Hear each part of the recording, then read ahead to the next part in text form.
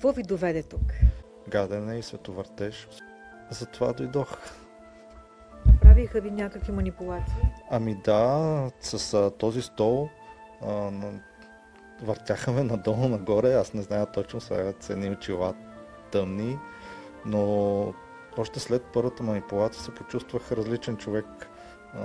Гаденето премина, световъртежа също. Известно време след манипулацията беше засилено, но след това просто изчезна като магия. Той беше имал подобен епизод на обостряне през май и юни тази година.